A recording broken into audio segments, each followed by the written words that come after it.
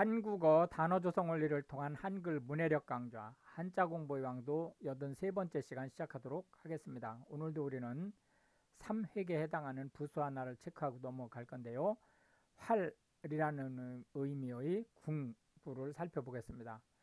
궁부에 해당하는 한자 대표적인 것을 보면 본인 부수를 가지고 있는 활, 궁자, 강하다 라는 의미의 강자, 약하다 라는 의미의 약자, 조문하다, 돌아가신 분을 문상하는 거죠. 의 조자, 베풀다 라는 의미의 장자가 되겠고요. 오늘 첫 번째 한자는 궁자가 되겠습니다.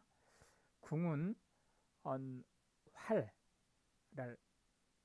얘기하는데요. 궁자는 우리나라 그러니까 한글의 리을자 비슷하게 하고 마지막을 삐침으로 올려준다 라고 하는 것을 보실 수 있겠습니다. 하나, 둘, 셋, 마지막에 한꺼번에 올라가는 거예요. 그래서 셋 해서 총 3획으로 구성된 한자다 라는 것을 알 수가 있겠습니다. 궁사라고 하면 활을 쏘는 역할을 하는 사람을 얘기합니다. 여기서 궁사는 이제 활을 스포츠로 하는 선수일 수도 있고요. 또 전쟁에서 옛날에는 활이 대단히 중요한 무기였었죠. 그 전쟁에서 활을 다루는 전투원일 수도 있습니다. 궁사와 궁수는 사실상 같은 말입니다. 여기서 이제 통상 궁사라고 하면은 이제 상대적으로 조금 더 높인 듯한 의미를 가질 수 있습니다. 여기에 스승사자를 쓰고 숫자는 목수 이럴 때 그 숫자 기술자라는 의미의 손숫자를 쓰기 때문에 그러나 사실상 현대 한국어에서는 같은 말로 쓴다. 국궁이라고 하는 것은 한국의 전통적인 궁, 활을 얘기합니다. 또 여기서 국궁하면 궁술을 즉 활을 쏘는 기술을 얘기할 수 있다. 양궁이라고 하는 것은 이제 유럽식 활 또는 그 활을 쏘는 기술을 얘기하는 거고요. 궁도라고 하면 활을 스포츠 또는 이제 인격을 도야하거나 또는 체력을 연마하는 목적으로 이제 그 습득을 할 때 취해야 될 매너, 애티튜드 이제 이런 것들을 얘기하는 거고요. 석궁이라고 하는 것은 중세 시대에 사용했던 활로 통상 우리가 활하면 사람의 팔 힘으로 시위를 잡아당기는 데 반해서 석궁은 기계적이죠. 그래서 일종의 총으로 말하면 준 기관총적인 역할을 한다. 명궁과 신궁은 사실상 같은 말입니다. 뛰어난 또는 유명한 활이라는 의미를 갖는 반면에 또한 뛰어난 활솜씨를 가진 궁수 또는 궁사를 얘기합니다. 신궁은 그 뛰어난 것 중에서도 아주 사례를 찾기 힘들 만큼 뛰어난 활이나 또는 활 쏘는 기술을 가진 사람을 얘기하는 거죠. 궁시라고 하면 활과 화살을 동시에 이루는 말입니다. 궁예라고 하면 후고구려의 건국자, 창건자를 얘기하죠. 철원을 이제 도읍으로 강원도 철원을 도읍으로 정했던 인물입니다. 두 번째는 이제 례 자를 보겠는데요. 법식이라는 례입니다. 그래서 이거는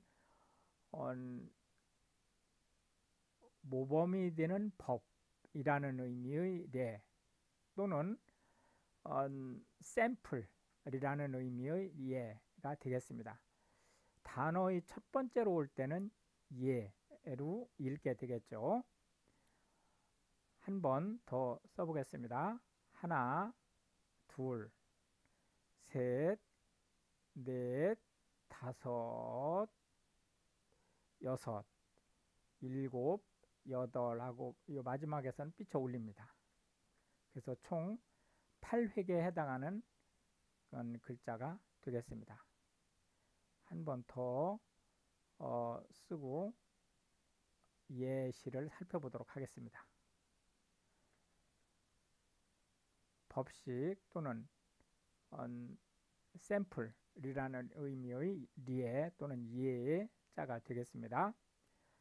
사례라고 하면 어떤 일의 모범이 되는 케이스를 얘기합니다. 예규라고 하면 상위 기관에서 하위 기관에 각종 규정의 모범을 정해서 전달을 하는 거로 예규는 그러니까 하위 기관이죠. 해당 하위 기관의 상위 법규로 적용이 됩니다. 예시라고 하는 것은 샘플로 보여주는 거예요. 어떤 뭐 예를 들어서 이 예규도 마찬가지로 이 규정을 하위 기관에서 정해야 되는데 예규를 보여준다라고 하는 것은 그 규정의 예를 보여주는 거죠. 예시로 보여주는 거죠. 신례라고 하는 것은 실제 존재했었던 사례를 얘기합니다. 전례와 신례는 사실 같은 말이죠. 같은 말인데 뉘앙스가 약간의 차이가 있어요. 신례라고 하는 것은 하는 것은 확정이 된 거예요. 그런데 어떻게 하는 것이 가장 효과적일까를 찾기 위해서 실제로 시행했었던 사례를 보는 게 신례고, 전례라고 하는 것은 할지 안 할지에 대한 의사결정을 할 때 전에 했었던 사례가 있으면 하기로 의사결정을 하기가 쉽죠. 그래서 이거 내가 해도 무리가 없구나 라는 백데이터를 갖기 위해서 사례를 찾는 것을 전례라고 하죠. 그래서 실제 신례와 전례는 같은 말이지만 뉘앙스의 차이가 있다. 차례라고 하는 것은 순번을 얘기하고, 또 예를 들어서 책을 쓴다든지 할 때 그 목차를 차례라고 얘기를 합니다. 예위라고 하는 것은 일반적으로는 적용이 되는데 특별한 케이스의 경우 적용을 배제하는 것을 예위라고 얘기합니다. 비례라고 하는 것을 어느 한쪽이 대상이 많아지면 그 결과 반대쪽 또는 상대편 쪽에도 많아지고, 또 줄어들면 그 반대쪽도 줄어들고, 이렇게 상호 의존 관계에서 양이나 수가 변동되는 것을 비례라고 얘기를 합니다. 예년이라고 하는 것은 평상적인 케이스를 얘기합니다. 그래서 특별 케이스가 아닌 한 이러이러하다 라고 할 때 예년이라는 말을 쓰는 거죠. 이례적이라고 하는 것은 통상적이지 않다. 그러니까 예년 같으면 여름 날씨가 평균 34도 정도 되는데 이번에는 그 기후 문제로 인해서 30, 평균 36도에 이르렀다. 이런 경우에 예년이라는 말과 이례적이라는 말이 이제 쓰이게 되는 거죠. 이제 마지막 한자는 먹이라는 의미의 묵자가 되겠습니다. 이 위에 이게 검다라는 의미의 흑자가 있고 그 밑에 흑이라는 의미의 토자가 받쳐지고 있습니다. 해서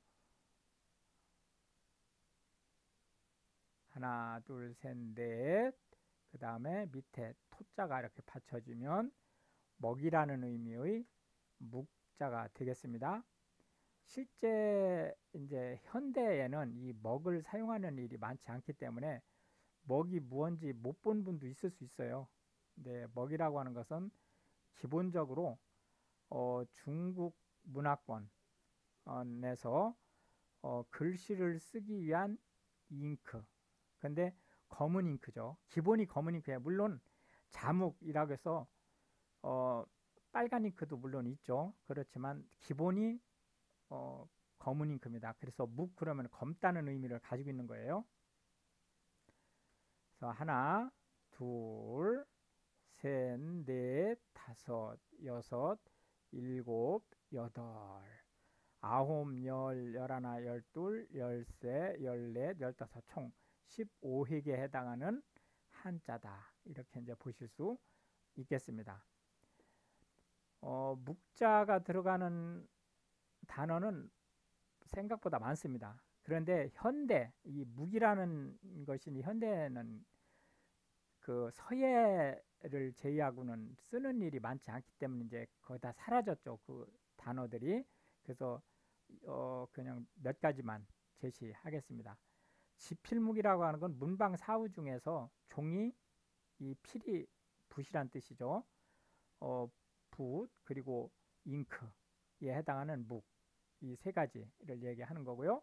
수묵이라고 하는 것은 그 서양화에서 수채처럼 아주 엷은 채도가 엷은 채도가 사실은 없죠. 그 이 묵화는 흰색 아니면 검은색이니까. 그렇지만 이제 굳이 채도로 얘기하자면 채도가 옅은 형태의 잉크를 얘기한다. 백묵이라고 하는 것은 흰색 그 가루를 개서 만든 필기 도구죠. 그 우리가 칠판이라고 하는 녹색 또는 검은색 바탕의 칠판에 글씨를 쓰기 때문에 하얀색 잉크를 가지고 있다. 묵향이라고 하는 것은 묵마다 향기가 냄새가 다릅니다. 냄새가. 그런데 이제 고급 묵은 그 향이 훨씬 더 친하고 좋죠. 묵어라고 하면 먹물을 발사하는 형태의 어종을 얘기합니다. 예를 들어서 이제 오징어라든지 이런 것들을 얘기하는 거죠. 묵화라고 하면 먹을 잉크로 써서 그린 그림을 얘기합니다. 근묵자흑이라고 하는 것은 근이 가깝게 하다라는 동사죠. 묵은 먹을 가깝게 하는 사람은 흙이 된다. 그러니까 검게 된다. 탄광에서 일하면 온 옷이 다 검게 되겠죠. 그 얘기하고 같은 말이에요. 그러니까 결국은 이 말은 무슨 말이냐면 악을 멀리하라 라는 뜻이죠. 악을 가까이 하면 나는 아무리 깨끗한 사람이라 할지라도